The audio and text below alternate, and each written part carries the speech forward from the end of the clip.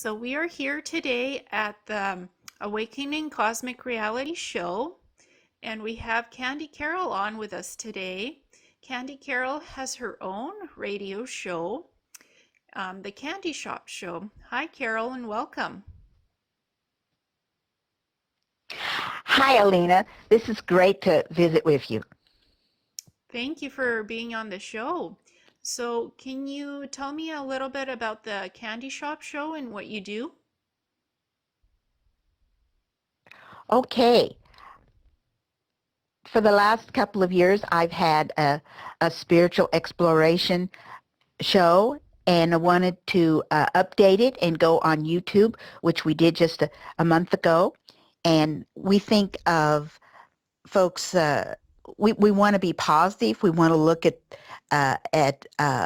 sending love throughout the universe and sweet, happy thoughts. And so that's what people can do. They can shop at the Candy Shop Show for sweet spiritual ideas and encouragements in their own lifestyle.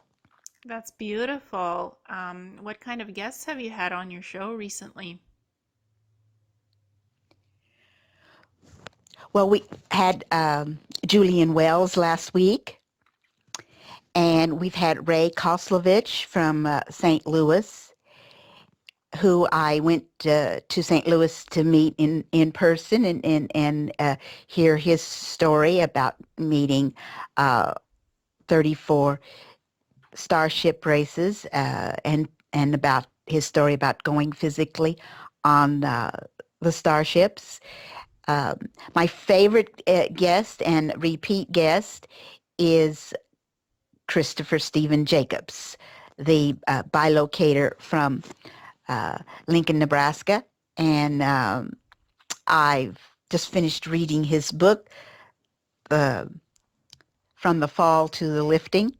And he's real popular with my fans.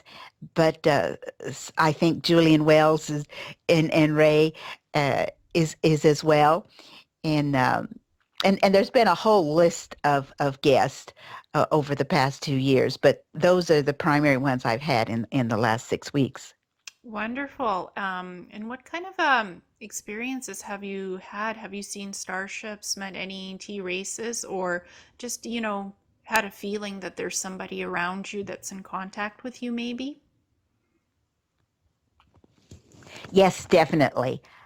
I was very interested in. I was born in Los Angeles, and often thought about what is my purpose, and got an opportunity to travel around the world, and was very interested in the starship phenomena. I remember writing Eric Von Daniken years ago and getting a reply in French and German. And so I was glad to see him in an interview recently, and he was more comfortable these days with English. But then one day, my husband and I were passing through Des Moines, Iowa. It was 4 o'clock in the afternoon. We saw this starship that was crescent-shaped, about the size of the moon, and there was a little cylinder there, and my husband was trying to at first to deny it all and saying, "Oh well, it's just some kind of vapor or something." And I said, "No, look, there's these jets and the vapor is disappearing. This is solid. This is not disappearing." And suddenly the jet got closer to the spaceship, and so the cylinder was sucked into the spaceship and it zoomed away, and the jet turned around and went back. And we realized that it was there to investigate the spaceship. Wow, that's And amazing. later, after much study, then I realized that it didn't zoom away, it just disappeared into another dimension. Wow. Yes, I've had That night some we were experience. traveling. Sorry. Yes, we were traveling to Missouri, and we stopped into a new friend's crystal shop, rock shop, and said a couple of code words like people do sometimes. And he said, well, let me help all my customers and I'll take you in the back. And so then he sat us down and he revealed a lot of information about the starships, and that began my serious transformation and journey. Wow, that's amazing. I've had some experiences with starships as well, being on some of the Andromeda Council starships, and they're circular shaped.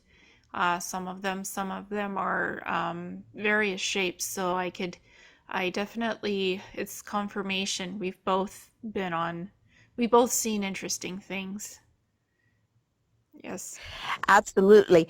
And I was inspired to leave the city, and I'm a teacher and businesswoman by profession, and we bought land to grow our own foods, become vegetarians, and at night times, uh, in the 80s we saw lots of starships at night, and I remember one time that was a huge cigar shaped with portholes, and we were anxious to grab the video camera, and it was exciting to see the visitors.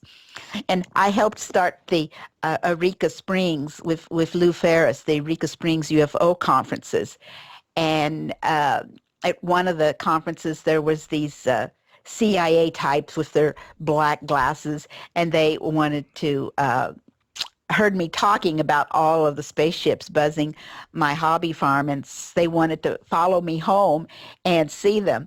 And I was a little uncomfortable with this, but they acted really friendly and everything, and so I'd made no promises, and so they came, and there was a group of us standing where we always stand, because in those days we were having UFO meetings in my home every week, and we had a medium, and that she was a trance medium like Edgar Casey, that would give us messages from the starships, and nothing appeared, and so they got tired of waiting around, and so they drove off, and as soon as they drove off, then the starships appeared.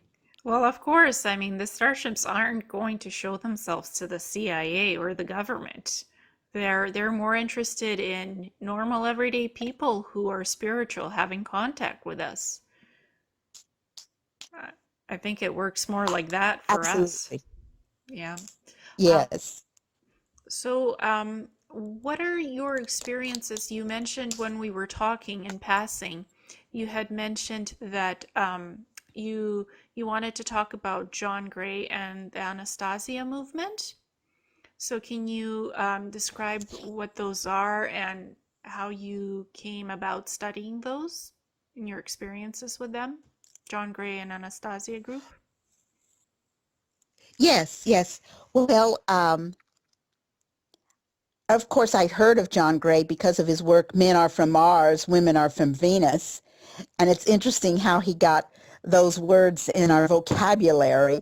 And of course, he studied in a Swedish monastery for 9 years before he launched his career, and made a reputation for himself in helping people with relationships and communications. But his dream was to help people with the relationship with the creator, and learning the spiritual truths that he had come to understand. So in 1999, he wrote the book, How to Get What You Want and Want What You Have, a practical and spiritual guide to personal success. And it's just a fabulous book. It's a huge study, but there was a little meditation that he shared in it, and suggested that folks do this daily. And so I said that meditation June 1st, 2013, and and and everything changed for me. And in fact, I've said that meditation every single day since June 1st, and I have recorded in a journal, which I recommend to people.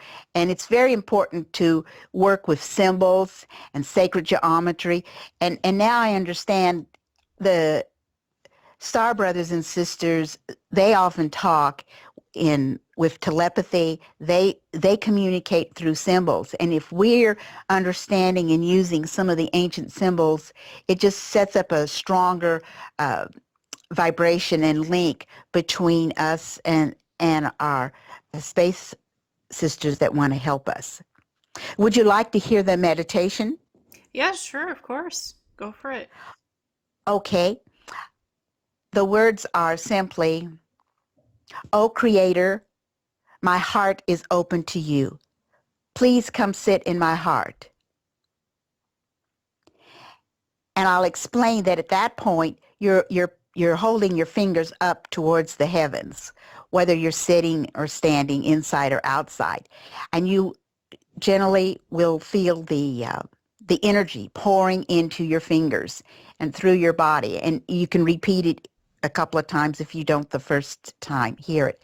And you're thinking about what message you're meditating quietly, still in your mind, seeing if your guide will share with you what he or she feels like you should be focusing on that day. And then you move into the second part where you say, after you say, "Oh Creator, my heart is open to you. Please come sit in my heart. I give thanks for," and then you express your gratitude for what's on your heart that day. "And I ask for," and then you ask whatever your prayer is that day. And I have taught classes several different times in the last 2 years. That's the end of the meditation. And I've taught classes on this, and I've encouraged folks to, in their initial few days, to pray for something that could realistically manifest within 4 or 5 days. And that builds your confidence that your prayer and your meditation happens. And certainly, after the first day, I got a phone call in 15 minutes after I said that first prayer, which answered one of my prayers. I couldn't believe it, in 15 minutes. I'd been praying for decades, and it didn't feel like my prayers were being answered. But that day it got answered, and Alina, every day since then, I have recorded over 700 prayers that have been answered these last 2 years. Wow, that's amazing. I also have a website, Messages from a Star Traveler, where I record all my experiences with ETs, um, things that confirmations, stuff like that, so people can have a look at it in wisdom teachings and maybe be inspired by things like that to help themselves with manifestation and meditation work. So I definitely understand what you're talking about, and prayer and meditation and manifestation really do work. It helps you to manifest things into the physical reality from the etheric in a faster way, I find, with prayer and meditation and asking for what you need in your life that's for your highest good, and it happens. Absolutely. And after I read John Gray, I um, within a few weeks of saying this meditation, then into my hands landed the Anastasia book by Vladimir Magri. And of course, Vladimir is among the top 100 most influential spiritual leaders of our time, because his book has sold over 10 million copies. And Anastasia has been such an inspiration from her humble dwelling in Siberia, and the work that she's done for mankind since 1992. So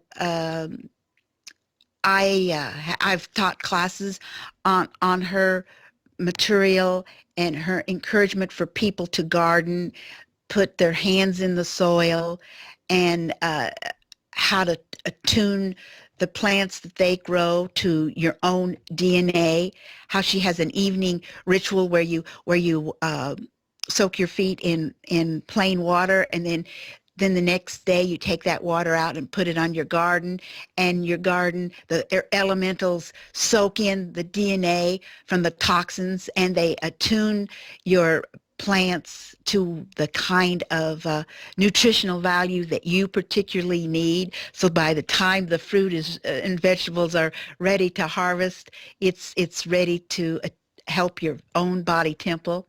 And Anastasia, she uses this energy to teleport herself to other planets, and working to handicap the dark forces.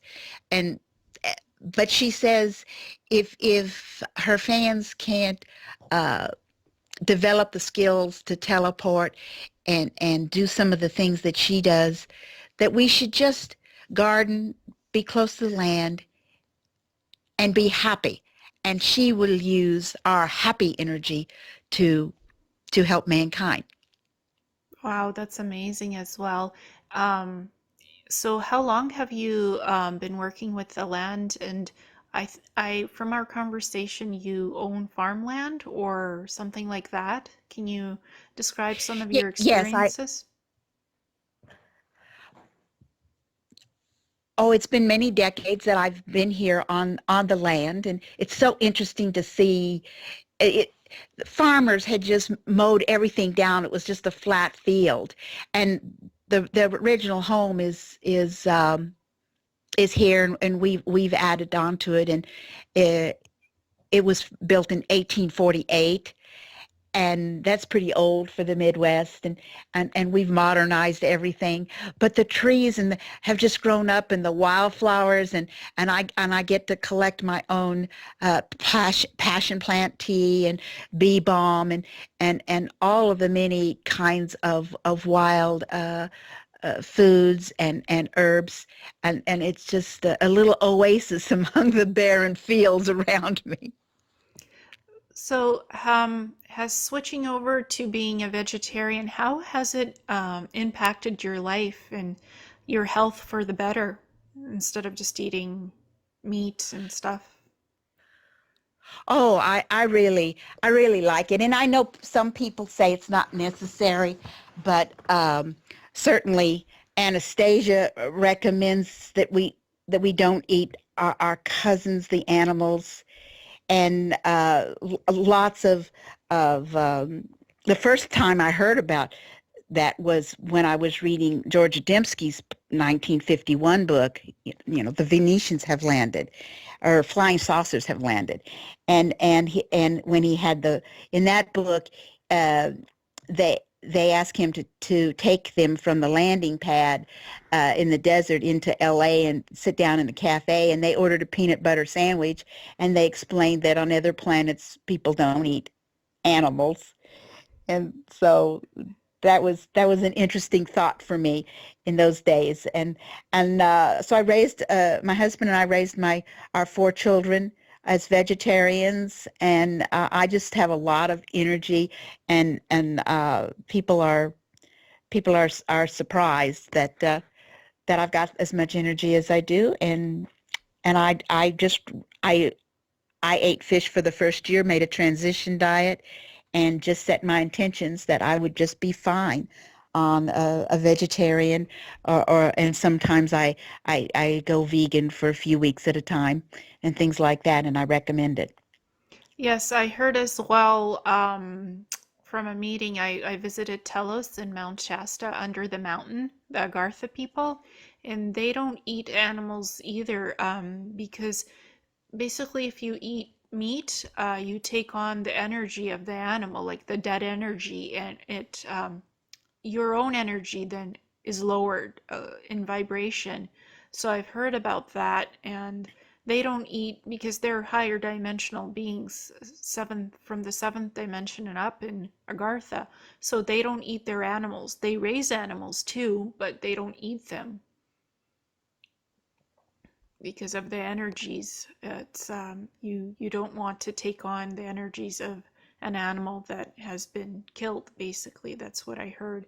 and you don't want to lower your own energies by, because an animal who's about to be killed feels fear, and we if we eat them we take on that fear. So our Absolutely, because adrenaline is poured into their body because they sense death coming, and then we get too much adrenaline from them, and it's not good at all.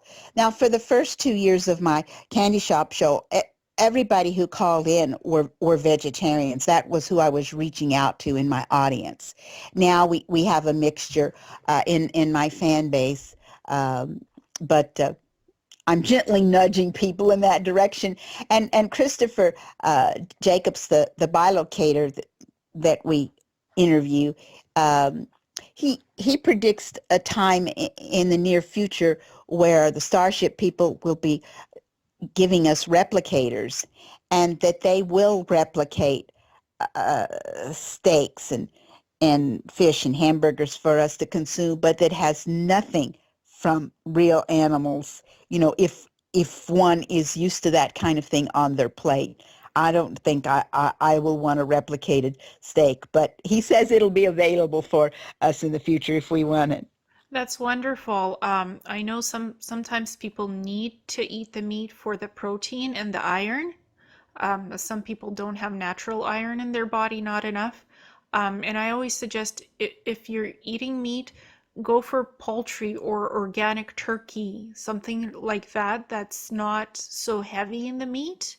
Um, Organic chicken, poultry, turkey, everything organic meats too. That works Absolutely. well. And we have a store nearby that has organic meats and wild game. I also suggest that you just eat your meat one day a week, which is what Europeans did for so many centuries. They just had meat at noon on Sundays and vegetarian the rest. I've had an opportunity to live and work in England and go to meetings there with people interested in starships and dowsing and working with the ley lines and visiting other countries as well, and that helps open one's heart and thinking up to the grander universe when one gets to leave your own surroundings for a while. For sure.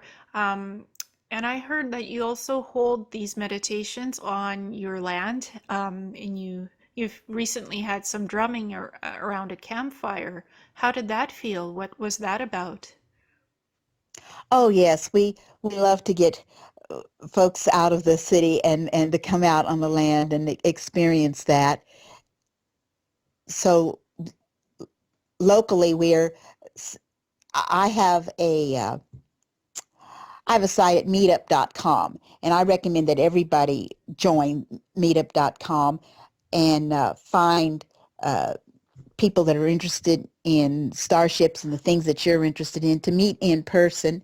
And mine is called Starships, Spiritualism and Starships, and the zip code is 64836. And of course, I was a little startled. I've people thought that meetup.com was free and that it was like social media, but not exactly. So, but I'm taking care of the expense for mine, and so we are having meetings every Saturday locally, and then whoever shows up, then I'm inviting them to a campfire, and we like to do drumming and sit out under the sky and look at the stars pop out, and we felt like we got buzzed by two or three spaceships last night up high, the kind that you can't see the shape of, but it was a fun evening, and we like to do that. So you can spiritually feel that the ships are nearby, and stargazing helps you to sort of become in contact with the ETs, and doing these drumming circles, because that raises energy. It uplifts your energy and gives you positive energy as well. Right. We had a visitor one time, and uh, we were all grilling vegetables on the grill and things, and he said, "Wow, I've never been to a party where there was no booze and pot and people getting drunk, but you guys don't do any of that, and you are laughing and having a lot of fun." And I said, "Of course, of course." And we need to the star people want us to.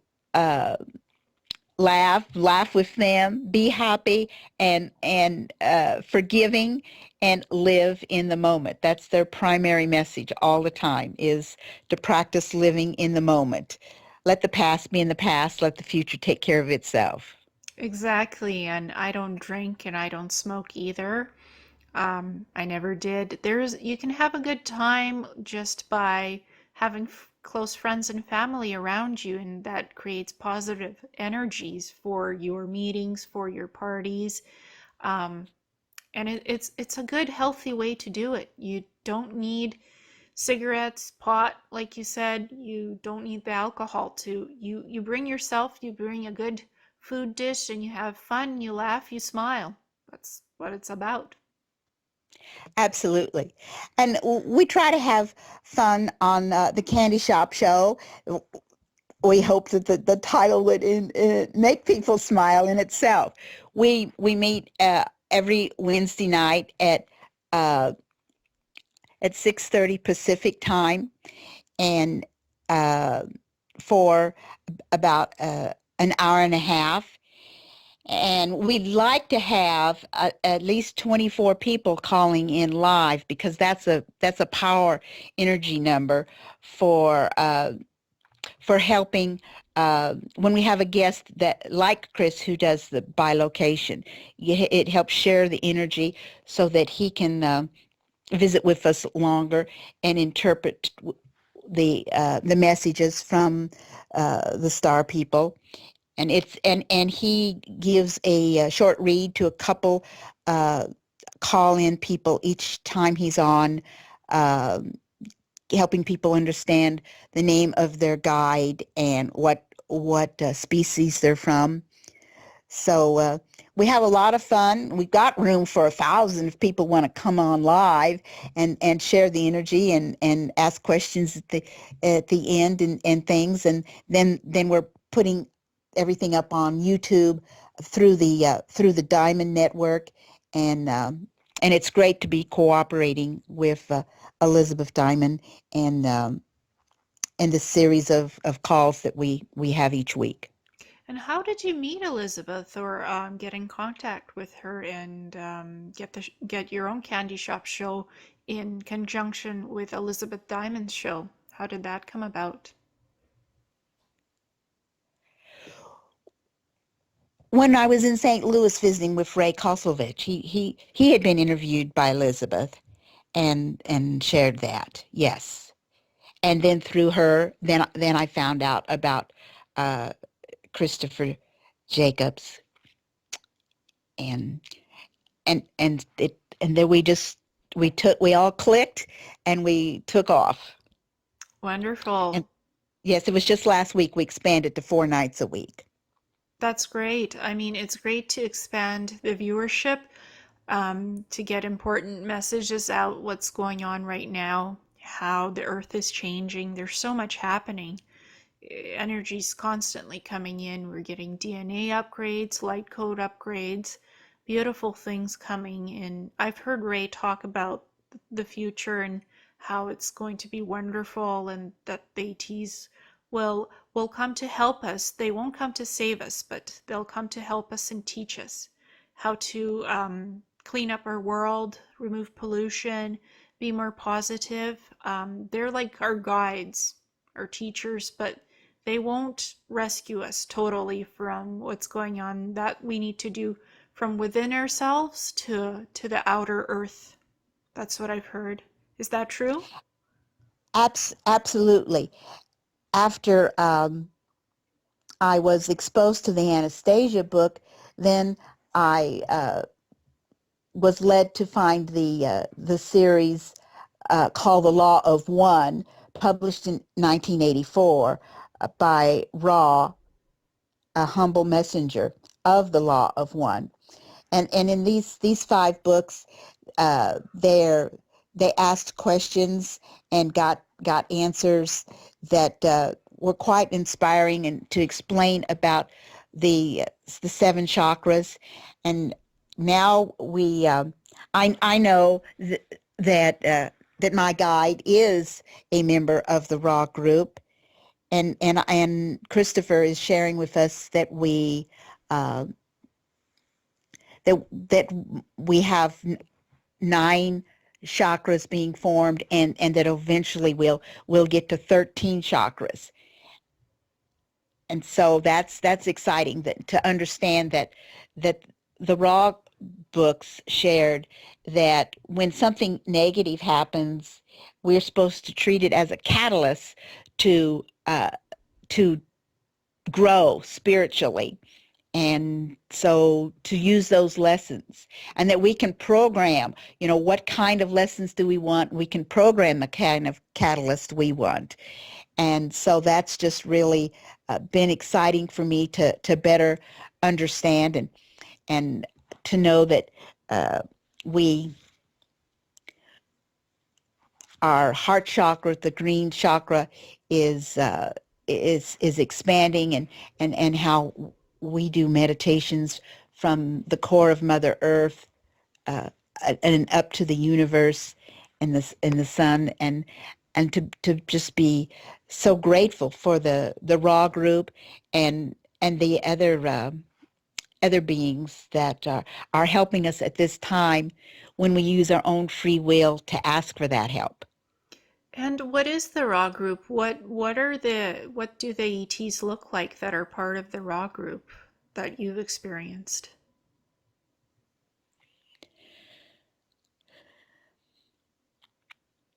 Well, after I came to understand that a member of the Raw group was my guide, uh, lots of birds started just appearing in my world, and large birds, and butterflies would land on me and just stay, for like 20 minutes. And there's more birds in my dreams. Um, but I understand from bilocators that like Christopher and Julian and Corey Goody, that the Raw are they're birdmen, and so they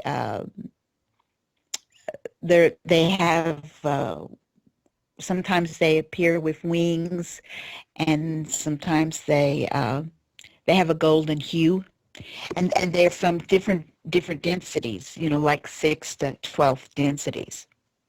Yes, I've heard about that, and there was a mention that the Ra group, they might have been in ancient Egypt, that Thoth might have been a bird man or something similar to that, because there's depictions on the Egyptian hieroglyphs and walls of bird-like people being pharaohs in Egypt at one point in their history. So there's hieroglyphs and depictions of that in Egypt, in the pyramids and in the temples.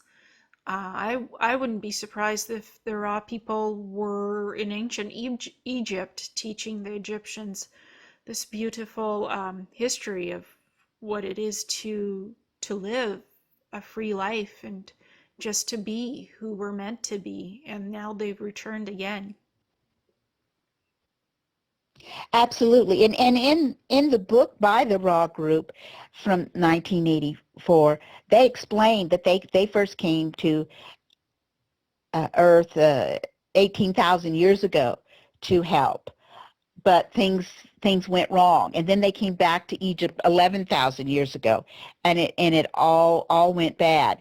And so they finally felt like they learned the lesson, that they cannot interfere. They've got to let humans make the call.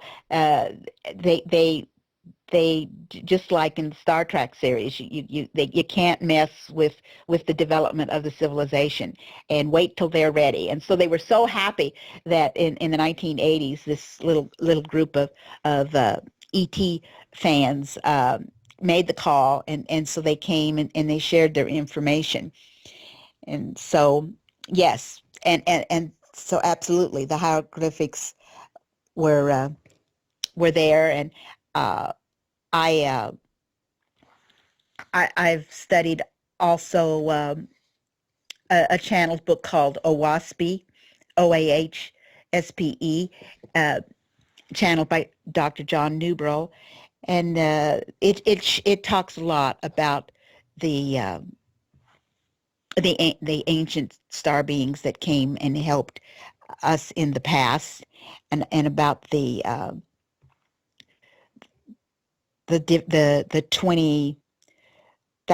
26,000 year cycles that we're just uh, completing this last cycle, getting ready to go into another cycle, and we just think it's going to be wonderful, wonderful, and so it's exciting times. Oh, definitely. I just got intuitive message to ask you more about that experience when you went into the crystal shop in the back room. What that fellow told you. Do you remember any of the info that he shared with you, what it Well, was? well, that's what he gave me. He gave me the OAHSPE book, Mm. and for years it was advertised in Fate magazine as the UFO Bible because it describes over 100 UFOs and all about how they're propelled and the purpose, and but it talks more about the angelic host, and of course it came out of the spiritualist movement. It came out in 1881. OWASP did, and so it has the language of 1881. So when the angel or Etherian star being um, goes to the desk to make an assignment for the 10 million beings that volunteered to help Earth. Of course, what he did was go over and type in instructions on the universal internet, but they didn't have the word internet in 1881. So it is very exciting to look at OWASP. It it has 36 books in it from 36 different Etherian uh, beings, including Osiris, Apollo, and Thor, and because like Thor was in charge of the Earth realm for 3,600 years, each of the Etherian beings are in charge for about a 3,600 year cycle, and so we started this current cycle according to Owaspi in 1848, the beginning of the spiritualist movement, when the veil first began to be dropped between here and the universe. And so, and it's great. It's free to download on the internet, OWASP, or you can just Google. You can type in OWASP and then space Osiris, if you'd like, or space Apollo. And there's one place that has the standard version, a WASPy standard version, which is the easiest to read. And of course, there are naysayers who don't like this kind of conversation, and so other websites might try to discourage a person from reading OWASP, but the standard edition version is exactly what the OWASP is all about. Well, we all have free will, so we're able to read what we want, what we need to hear about. Um, take in the info as you need, and what you don't need, don't take it in. It's free will. Yes. I'm very excited about the service to other projects that we're doing through the Candy Shop Show. And we use the law of one, and this really helps. And we're connecting with some of the Nordic races and the other the reptilians, the Dracos, uh, the insectoids, all of the different races that are here. There are very few insectoids at this time that are trying to help us. We have been uh, we we did a special meditation May 31st and freed a lot of beings from the Mars colonies, and since then from the moon colonies. And some of the races were having trouble coming to Earth, even though when we made the call, because of the cabal fighting and shooting down some of their starships trying to do Mm-hmm. so. And so what we did is we used the law of one and helped get this satellite weaponry that was shooting down the good starships to help get all that neutralized.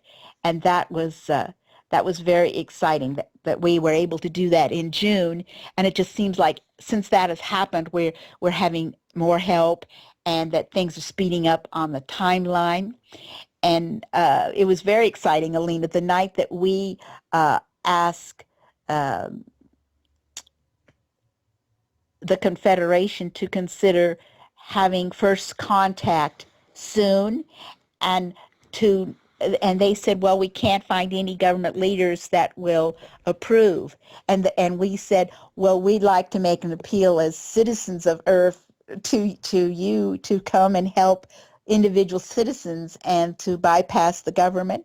And Tyler was the one in one of the starships, and Tyler reported back that they had a Federation meeting for 24 hours and debated every aspect of our request from the Diamond Network, and they accepted.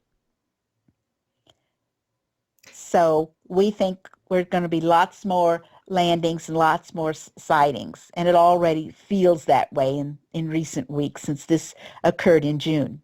Definitely. A friend of mine, Michelle Walling, she lives in Sarasota, Florida, and her and her partner, Greg Prescott from In5D, Database and Radio, they saw a huge fleet of different ET ships passing by in the evening. They were watching with their night goggles. They were heading um, from Florida somewhere to the coast. So they got a feeling that something big was happening, a meeting. I wouldn't be surprised if these guys are involved in different meetings, the ETs, in discussions to start communicating with people of Earth, normal citizens who are spiritually inclined and open-minded to visit us and to teach us. It's not going to be the government that they speak to because they've tried that before and it hasn't worked. It's us, the people, that will be making the choices in the future, not our governments, I find. Absolutely. Absolutely. And it's wonderful to hear these confirmations. We uh, have uh,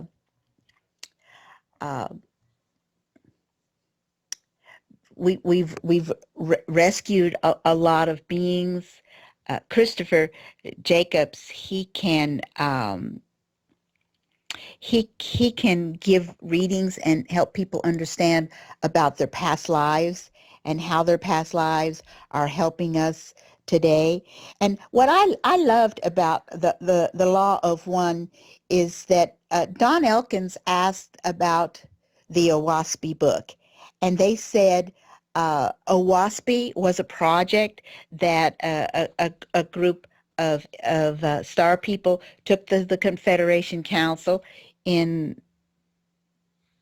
the 1870s and said it's time to reveal more of the mysteries to humans, and it was approved. And then Don Elkins wanted to ask about some other books, and they said that was the only book that's been shared that was approved in that fashion. And so it was great to and it was interesting that the Raw group was revealing things exactly 100 years after the OAHSPE was published. And so they said that in 1981, OAHSPE talked about all the volunteers that had come to Earth over the eons, and about the genetic experiments, and about the DNA. People are saying things like there are 22 different species that donated to our human species as we are today. OAHSPE implied that most of that genetic experimenting happened under Apollo's reign, and that and he was here over 20,000 years ago, and that happened in medical facilities in Alexandria, Egypt. But we know now that that was kind of like code for the moon bases, that the genetic experiments and helping fine tune the human being happened on the lunar surface, and then or interior, and then what came, then we were transported down here, and then we had all these volunteers to help. Well, in 100 years later, the volunteers by the Raw group were called the Wanderers, and there were 65 million wanderers on Earth in 1981 that had volunteered and had been reincarnated here to help us, and most of those 65 million, their original planet was not Earth. It was another planet in our solar system and other solar systems. And so that was wonderful, the kind of help we were getting in the 1980s. But I have heard figures that today we have close to 1 billion wanderers, volunteers helping us. Yes, I've heard similar things. So some of the volunteers, their designation is indigo children, crystal children, star seeds, star travelers. So, and they're coming in more and more these days to help upraise the vibration of the earth, the energies, to uplift that and help create anchors for the earth and for the ley lines to help us keep the energies pure, and to purify the energies, to negate the negativity. Can you tell me a bit about what the Confederation Council is? What group of ETs it's comprised of, if you can? Okay, as I understand it, they have the the Raw group is kind of the senior group.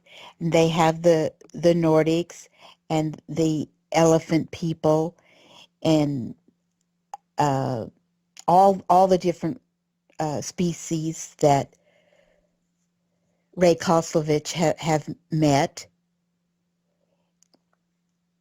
and uh, we were able to recruit a few individual Dracos that would individually say the law of one and take the pledge and oath of allegiance to the Confederation, and leave the negative energies of what the Draco race has done generally to humans and this part of the universe. And that was exciting to see that Dracos would go, and that everybody in the Confederation welcomed them individually. And so we've done the same for some reptilians. Only a few of the insectoids were willing to take the pledge and accept the law of one. We are working on them. But Alina, it was quite exciting. It was just a week ago that contact was made with like the leadership of the Dracos, and as I understand it, all the Dracos have accepted the law of one and have agreed to stop harassing humans and stop helping the cabal just 1 week ago. Yes, I mean, all these earth changes, I know we weren't going to mention Wave X, but it's a part of this as well, I think. It's bringing in so much positive energy to the earth, and it's going to amplify the 22 genetic structures from the ET races that we have. So I think that the fact that these Draco reptilians and reptilians in general are coming more on the light side is because of this wave as well, because it can help them to raise their frequencies, basically, to raise their energy and frequency up to the lighter side. That's what I think, and it's great that they're coming on board to our side of the light more. To, Yes, that's an excellent observation because I was thinking about, how it was helping humans, but of course that actually, all these extra proton energies coming in, beginning especially the uptick September 1st, and a week ago the protons coming in were 4 times what it was a month earlier. So so my friends and fans on the show were all talking about the uh, having problems with our sleep patterns, and animals are going a little bit strange and things. But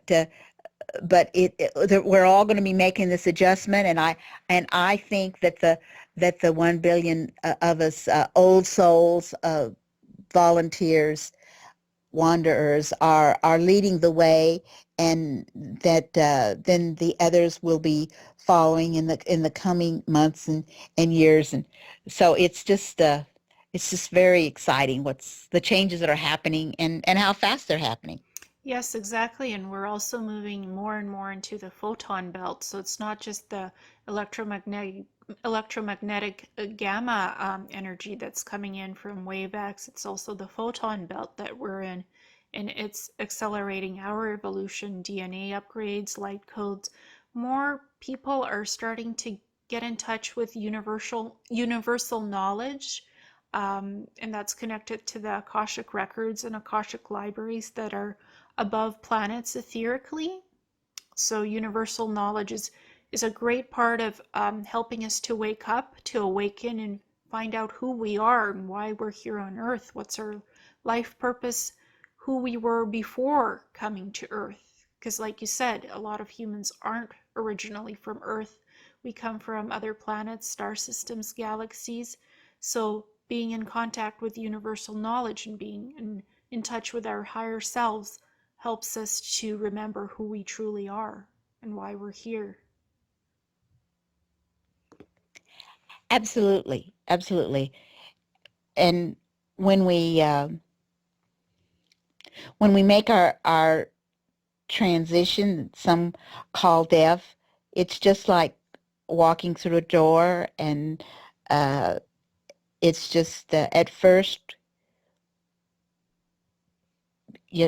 people have their homes, they eat, they meet with friends and family. They do volunteer work. They're continuing to service to others, and it's just it's just wonderful when you're in the organized heavens, the organized brotherhood and sisterhoods, and we can. I love the OAHSPE because, like, it helped me understand what infinity was like, because they have these resumes of these high-raised Ethereans that are like a million years old, and it says, on the resume, like, what they did for their first million years. It's part of the angelic host, and so it's all very exciting, and we can fix our past. Christopher Jacobs helps us understand, helped me. I mean, I know lots of people are talking about it, but gave me the understanding that we he's working with an ET called Cryon, and that we can rewrite our past. We can go back and rewrite our karmic debts. We can erase all the negative karmic debt so that we're just dealing with today, or the positive karma that we've built up in the past. And that's really freeing people, and Christopher helps. He took away some of my implants. I didn't realize that I had been abducted. It was a very long time ago, and it was just a couple of times. But some of the callers on our show have been abducted thousands of times, and some years ago and some last month. And so we're hoping that that will really stop, as both the reptilians and the Dracos last week uh, said that they were going to stop bothering us. And of course, we use our own free will, but a lot of times the Dracos had lied and misrepresented who they were and where they were taking us and why. And so we have to be astute and to always ask, for identification, and that the being that we're talking about too is of the light. Definitely. I mean, I've had some of my own experiences on my father's side, lineage. In 1894, um, they had a family clan of 20 people that lived somewhere outside of Poland in near the mountains in the forest. And their little village was burnt down by enemies who were jealous of the clan that it was prosperous. And the negativity and the grief from that experience, a lot of the women had second degree burns. They didn't have, everything was burned down. They lost their homes. Their children didn't have clothing to wear. And that grief and that anger, it rode the genetic DNA timelines, the DNA lines and the timelines, all the way to the present, to my family lineage of right now. And I had to go back and I did recognition work, and I went into the past to heal that timeline and to ask for forgiveness on behalf of my ancestors, and to let go of those grief energies, and to just release everything and bring in the light, to heal that timeline of 1894, to feel what those family members went for, what they had gone through and went for, to acknowledge that, the fact that it happened, to ask forgiveness, to release it, and bring healing light to that lineage. And that helped to heal me in the present, and my father as well. Just to ask forgiveness, to help our family ancestors, and in turn to help ourselves as well. So that does work, and I definitely believe in what Cryon is saying. It does work. Wonderful, wonderful. That's wonderful that could happen with your family. Uh, some people who read the OAHSPE are kind of surprised, some of the men, because they think of OAHSPE as an egghead book, and why could a woman understand it?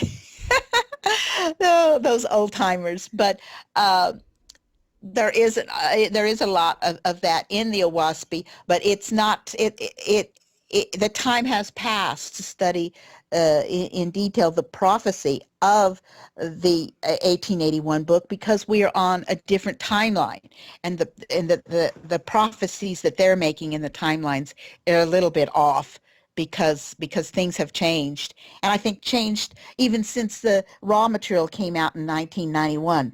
Things are changing, and Mm-hmm. as this timeline is moving forward. Definitely. I mean, timelines shift every second of the day, every second of the moment that we're living. Um, the more positivity we bring in, the more light we hold for ourselves and the planet and the wanderers, just holding the light. These wanderers are millions, some of them are millions years of old, very old, million of years old. So, and they help us hold the light, but we can hold the light as well, just normal people. The positivity that we believe, the manifestation that we do holds the light.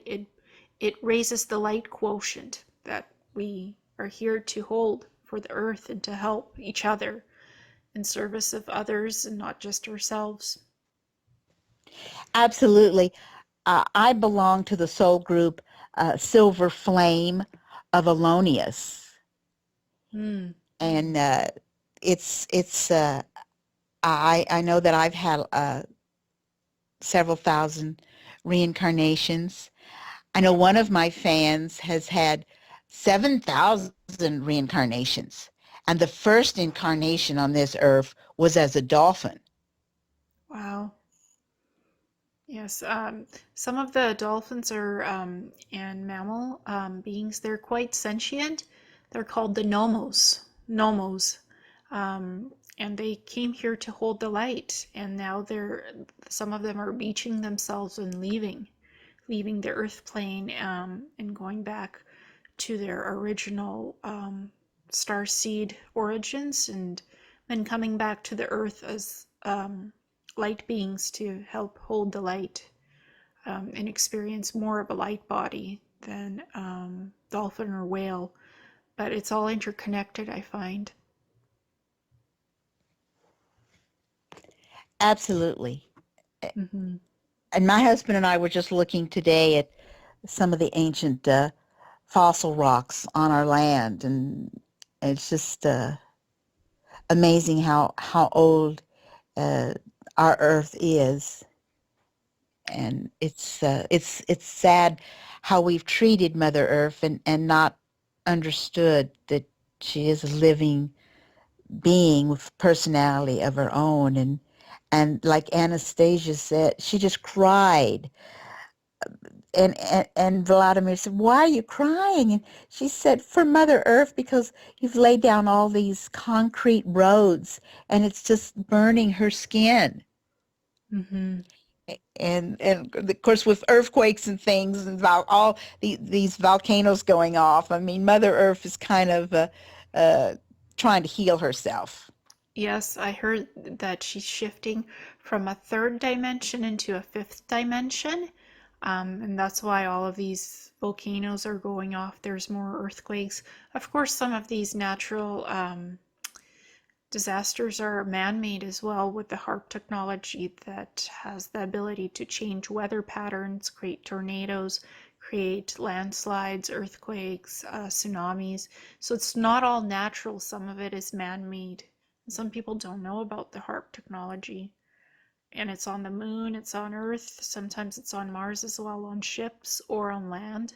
So I'm not surprised that there's a lot of changes. Some of them are not natural. The Earth is changing quite a bit, but sometimes things are triggered by the Cabal and the Illuminati as distractors to distract us from what's really going on. Well, absolutely. And we've sent a lot of healing energies to the HARP system, the chemtrail system, and CERN. Mm-hmm. Also, I asked that we had a healing of all the negative energies from the power plants throughout the Midwest. And Christopher Jacobs said, "Oh, wow, my guides, everyone's coming in," and they created a link and started with the Japanese power plants and went around the world. This was a month ago, and neutralizing and making sure that that the power plants could not do the damage that had been doing in the past. Yes, exactly, because it's like what happened in Fukushima a couple of years ago. It spread radiation in Japan and either as well as to North America. Nobody will acknowledge that the radiation is here in our waters, but it is. So helping to heal that is really wonderful and beautiful. So we have less pollution on the earth and that we keep our planet sacred and pure and clean for future generations. I think we're going to learn more about that when the ET races come to teach us. And I've heard that they'll bring technologies that can help to clean up the pollution that we have in our waters and on our lands here on Earth, and that we'll get that technology to help us. It's part of the plan. Absolutely, absolutely. And uh, for a while, there was less chemtrails after we uh, did the law of one on that situation, and now they're coming back, but there's some information out there that they've replaced some of the poisons in the chemtrails with things to help purify our atmosphere, purify the land. So That's beautiful. We need the hope that the messages bring in, that the psychics, the channelings that are happening, we just need that to know what's going on in this world, to help ourselves and to help others, to help the planet heal, and in turn we heal ourselves too and each other. Absolutely. And the most important thing you've said is today is your story about the forgiveness in the 1890s. And this is the real key. I thought that I had forgiven lots of people and situations in my life, and that I thought I was handling forgiveness so much better than prior generations. I'm a descendant from the Amish, and uh, like my mother's generation, she didn't like a job, she just quit. She didn't like a relationship, she got a divorce or left town. And whereas myself, I want to put down roots, I want to work on relationships, I want to make things work. And I thought because I'd forgiven situations and places and groups that had hurt my feelings and worse, uh, that I was still willing to associate and go around them and stuff like that. But then I had this aha moment and realized that, oh, I'm holding some grudges. Oops, that's a sign that I hadn't done my forgiveness work. And it's just the first time I did some serious forgiveness after that aha moment.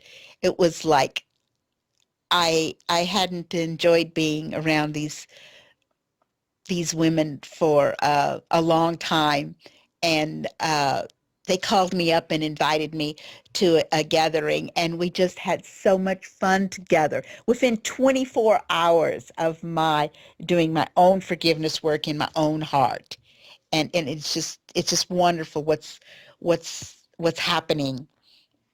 But again, this morning, I was reading book 3 of The Law of One, and I'm having some more aha moments about, oh, yeah, there's so much forgiveness that needs to be done again and again. But you just feel better, you feel lighter, and it's wonderful. Most definitely. I mean, sometimes we forgive people and we move on. We're not in contact with each other. We've cut the cords that bind us. We've forgiven. So there's no more karma between those people and us. And some people we've forgiven, we're still friends with. It's not about holding a grudge. Once we were friends, now we're not, but we're still acquaintances. We know each other. We meet up sometimes. We just let go of the grudge and moved on, like releasing and letting go of whatever wasn't working.